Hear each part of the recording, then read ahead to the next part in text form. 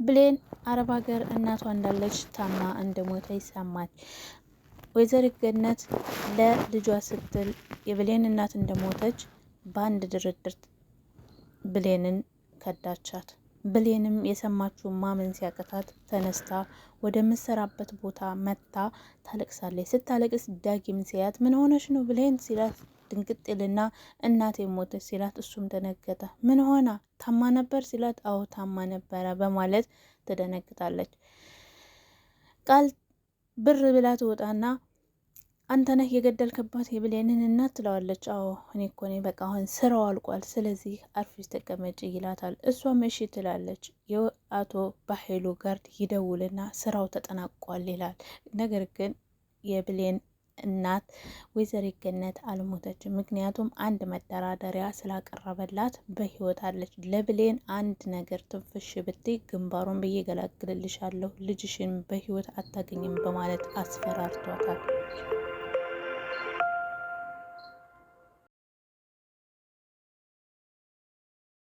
አሰላሙ አለይኩም ወራህመቱላሂ ወበረካቱ። ውድና የተከበራችሁ የቻናል ቤተሰቦች እንዴት ናችሁ? ደህና ናችሁ? እኔ ደህና ነኝ አልሐምዱሊላህ። በያላችሁበት ዓለም ዳርቻ ሰላማችሁ ብዝት ብዝት ይበልልኝ። ዛሬ እንግዲህ ክፍል 5 አደራ ይዘን መጥተናል። ክፍል 4 ላይ ስንመለስ የብሌንን እናት እንድትገደል አቶ በኃይሉ ጋርድ ልኮ ነበረ። የብሌንን እናት ለመግደል ያለው የአቶ በኃይሉ ጋርድ እያፈናት እያለ ከኋላው ላይ የሆነ ፎቶ ያይና ይደነግጥና ዞር ብሎ ያቆማል። ሲያይ ያንን ፎቶ ከዛሬ 10 ዓመት በፊት እነ አቶ በኃይሉ ግቢ ውስጥ አቶ በኃይሉ ልብስ ለመቀየር ሲገባ አብሮ ተከትሎ ሄዶ ነበር። የአቶ በኃይሉ ጋርድ እዛ ያለው ዳጊ ልጅ እናቱን ለመፈለግና እሱ ምን እያረገ እንደሆነ ለመከታተል ነበር እዛ ቤት ውስጥ ተከራይቶ እየኖረ ያለው። ከአቶ በኃይሉ ጋር ስለሚሰራ ስለሚያውቅ ቆይ አንተ የአቶ በኃይሉ ጋር አብረህ ትሰራለህ፣ ስለዚህ እናቴን ታውቃታለህ፣ እባክህን ካወካት አገናኘኝ በማለት ለምኖት ነበረ።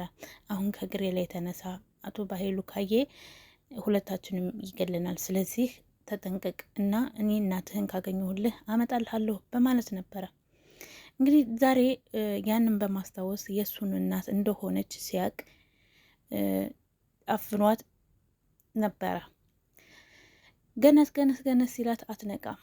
አምጥቶ ውሃ ሲያፈስባት ትነቃለች። እንዳጮሄ ምንም ነገር እንዳትይ አለበለዚያ እጨርስሻለሁኝ፣ አርፈሽ ዝም ብለሽ ቁጭ በይና ይሄ ፎቶ የማን ነው ስትለው እሷም ትደናገጥና ምን ነው ለምን ፈለግከው? ቆይ ከኛ ምንድን ነው የምፈልጉት? በማለትም እሷም ጠይቀዋለች።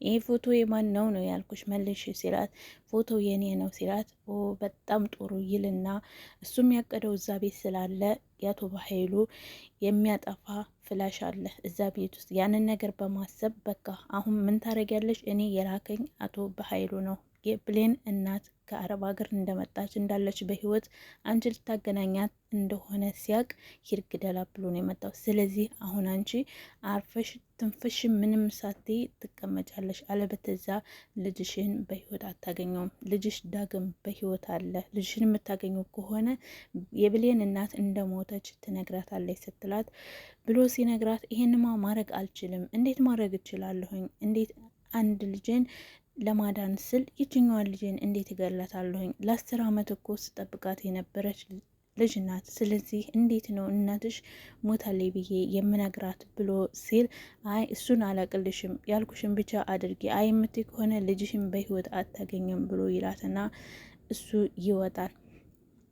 እየወጣ እያለ ብሌንም መንገድ ላይ ስታገኘው ስልክ እንደማውራት ብሎ ተሸፍኖ ያልፋታል። ብሌንም ትመጣና እናቴ እንዴት ደስ እንዳለኝ በጣም ደስ ብሎኛል፣ ብዙ ጥያቄ ነበረ፣ እኔ እናቴ ለምን እስካሁን አልፈለገችኝም በማለት ነበር እያለች ትላታለች ለአቶ ወይዘሪት ገነት።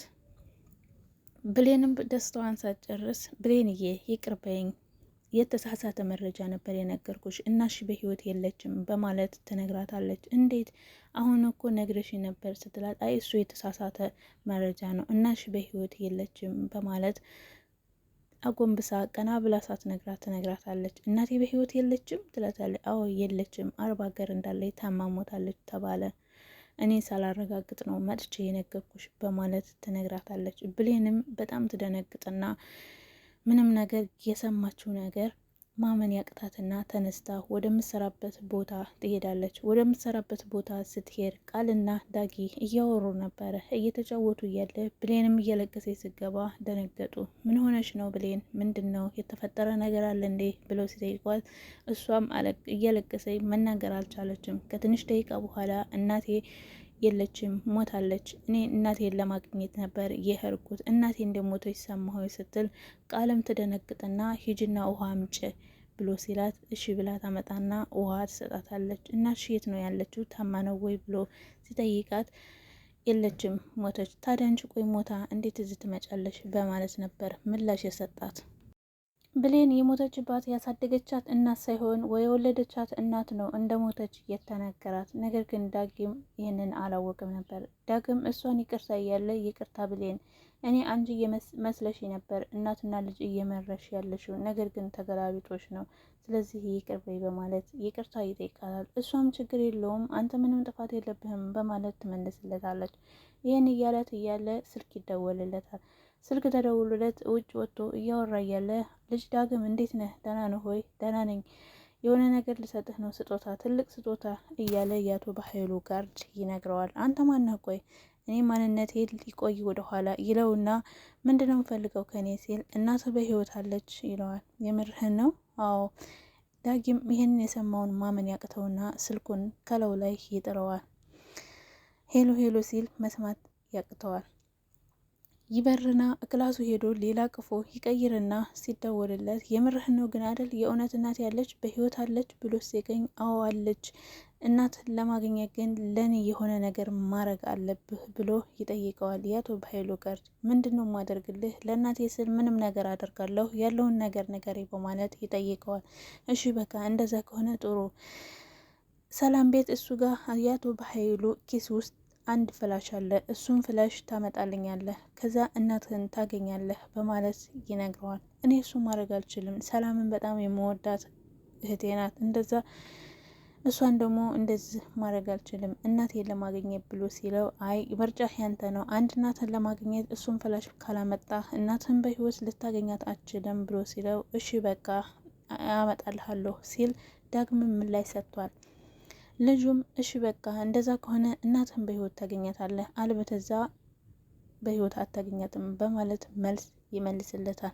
እሺ እንደው ቢያንስ እንኳን ስልክ ወይም ደግሞ አድራሿን ወይም ደግሞ ስልክ አገናኝ ሲለው እሺ ያገናኛለሁ፣ ነገር ግን ሳገናኝ አንድ ትንፍሽ ብትል እናትህን እዚሁ ነው መጨርስልህ፣ አርፈህ ተቀመጥ ሲለው እሺ አልናገርም፣ ምንም ነገር አልልም በማለት ይመልስለታል። ዳግምም እናቱን ለማግኘት በጣም ጓጉቷልና የአቶ በኃይሉ ጋር እናቱን ለማግኘት ወደ ኋላ ተመልሶ ይሄዳል። ወይዘሮ ገነት እንግዲህ ብሌን ጋር ትደውልና ታገኛታለች። ብሌን ልጄ እንዴት ነሽ? ደህና ነሽ ወይ? እኔ ደህና ነኝ ብላ ትመልስላታለች። ልጄ ይቅር በይኝ ስትላት አንቺ ምን አደረግሽኝ እማዬ? ችግር የለም እኔ ደህና ነኝ መጣለሁ በኋላ ላይ ብላ ትመልስላታለች። እሺ ልጄ ጨንቆኝ ነው ምን እንደሆንሽ ስለማላቅ በጣም ጨነቀኝ፣ ለዛ ነው የደወልኩልሽ ስትላት እሺ ይቅር በይኝ ልጄን ለማግኘት ስለ አንቺን ከዳሁሽ፣ ምን ላዝግ ልጄ በጣም ከዛሬ 18 ዓመት በፊት ያጣሁት ልጄ ነው በማለት ምላሽ ትሰጣለች። ዳጊም ወደ ኋላ ተተመለስን ካስታወስን ዳጊም ያለው ነገር ይሄን ነው። እናቴን በ18 ካጣኋት 18 ዓመት ሞላኝ፣ እናቴን ያጣኋት እንዳጋጣሚ ነው በማለት ነበር ለብሌን እየነገራት ያለው። ዳጊ እናቱ በህይወት እንዳለች በጣም ደስ ብሎታልም፣ በአንድ በኩልም ጨንቆታልም፣ ሁለት ልብ ውስጥ ነው ያለው። አቶ በኃይሉም ወይዘሮ ገነት ሞታለች ብሎ በጣም ደስ ብሎ ነበረ። የአቶ በኃይሉ ጋርድ ይደውልና ነገሮችን ሁሉ ካስተካከለ በኋላ ስራውን ጨርሻለሁኝ፣ ስለዚህ አሁን ምንም ነገር አሳብ አይስጋህ በማለት ይነግረዋል። ጎበዝ አንበሳ እኮ ነህ በማለት ይመልሳል። ነገር ግን እንደዛ ሳይሆን እሱ የራሱን ስራ እየሰራ ነው ያለው። እሺ አቶ በኃይሉ እንግዲህ መጨረሻ አንተ ነህ፣ ስለዚህ ተዘጋጅ፣ አሁን የመጥፊያህ ነው በማለት ከራሱ ጋር እያወራ ነበረ። የአቶ በኃይሉም ጋርድም ልጅሽን አሁን ላገናኘሽ ነው የመጣሁት፣ ነገር ግን አንድ ነገር ትንፍሽ ብትይ ያለሽበትን ቦታ አድራሻ ብትናገሪ ልጅሽን እዛ ነው መጨረስልሽ። አንተም ደግሞ የሆነ ነገር ብትል እናትህን ነው መጨረስልህ። አርፋችሁ ሰላማችሁን ተዋወቁ ብሎ ይመልስለታል። እሺ ይልና እናቱን እንዴት ነሽ እናቴ፣ በህይወት አለሽ? ልጄ በህይወት አለ? በማለት ይነጋገራሉ። አዎ አለሁኝ። የት ጠፍተህብኝ ነው? ኳስ ልጫወት ብለህ እኮ በዛውን ልማልክብኝ፣ ያልፈለግኩብህ ቦታ የለም በማለት ወይዘሪት ገነትም ትነግረዋለች። ልጅ ዳግም እንግዲህን እናቴ እኔም ያልፈለግኩብሽ ቦታ የለም፣ አንቺን ለማግኘት ያልሄድኩበት ቦታ የለም፣ እንኳንም በህይወት ኖርሽልኝ፣ በቃ እንገናኛለን አይዞሽ በማለት ሲላት ስልኩን ይነጥቃትና በቃ ልጅ ዳጊ ያልኩህን ነገር እሰብበት፣ በዛሬውኑ እሱን ፍላሽ ማግኘት አለብኝ። ስለዚህ እሱን ፍላሽ ስታገኝ እናትህን አገናኛለሁ። አይ የምትል ከሆነ እናትህን በህይወት አታገኛትም በማለት ጆሮው ላይ ይዘጋበታል። ዳጊም ሄሎ ሄሎ ሲለው ሲያጣው በቃ ዘጋው ማለት ነው እያለ እየተደናገጠ መልስ እየሰጠ ነበረ። ቃልም እንግዲህን ደስ ብሏታል። ወይዘሪት ሰላም ነገሩን ሁሉ ስላልሰማች ነገሩ ሁሉ ድምድም ስላለባት እሷም በደስታ እየቦረቀች ነው። አቶ በኃይሉም እንግዲህን አሁን ያሰብኩት ሁሉ ይሳካል፣ ስለዚህ አንድ ሰው ገላግያለሁ ማለት ነው፣ ከዚህ በኋላ ያለው እዳው ገብስ ነው በማለት ከራሱ ጋር እያወራ ነበር። የሚሰራበት ቦታ እየተንጎራደደ ከኋላ ከፊት እየሄደ ነበር በደስታ። እንዴት ነው ሰው ገሎ ደስታ ሰው የሚሰጠው? አደራ ይሄን ያህል ነው እንደ ቆይ ይህን ያህል አደራ እንዴት አደራ ሰው ይበላል? እንግዲህ አቶ በኃይሉ የወይዘሪት ገነት ወንድሟ ነው፣ ለብሌን ደግሞ አጎቷ ነው። እንዴት እንደዚህ ያደርጋል? ሰው እንዴት ባህቱ ላይ ይህን ያህል ጭካኔ ይሄዳል? ለምንድን ነው ይህን ያህል ገንዘብ ላይ ትኩረት የሚደረገው? አብዛኛው ሰው አሁን በጣም ትኩረት የሚያደርገው ገንዘብ ነው። ገንዘብ ከገንዘብ ሰው አይቀርምም። እንደኔ አስተሳሰብ ሰው ይቀርማል ብዬ ነው የማስበው። እሺ ደግሞ ፍላሹ ላይ ያለው ነገር ምንድን ነው? ፍላሹ ላይ እንደዚህ የአቶ በኃይሉ ሊያጠፋው የቻለ ምንድን ነው? የአቶ በኃይሉ ጋርድስ እሱን ሊበቀለው ነው የቀረበው። ከዚህ በፊት እሱንም የሆነ ነገር አድርጎታል ማለት ነው። ቃል እንግዲህን በጣም ደስ ብሏታል የዛ ቤት ወራሽ ነኝ በማለት። ነገር ግን ወይዘሪት ሰላም ያለውን ነገር ስትሰማ አሁን ምን እንደምታረግና ምን እንደሚፈጠር አይታወቅም። ምክንያቱም ብሌን የነበረውን ሁኔታ ስነግራት በጣም ትደነግጣለች። እናቴም ያለውን ነገር ስትነግራት ብሌንና ወይዘሪት ሰላም ካወሩ ነገሩ ሁሉ ያበቃላቸው ማለት ነው። በጣም አደራ። በቀጣይ ክፍል 6 ይዘን እንመጣለን። ስለነበረን ቆይታ ከልብ እናመሰግናለን። አሰላሙ አሌይኩም ወራህመቱላሂ ወበረካቱ።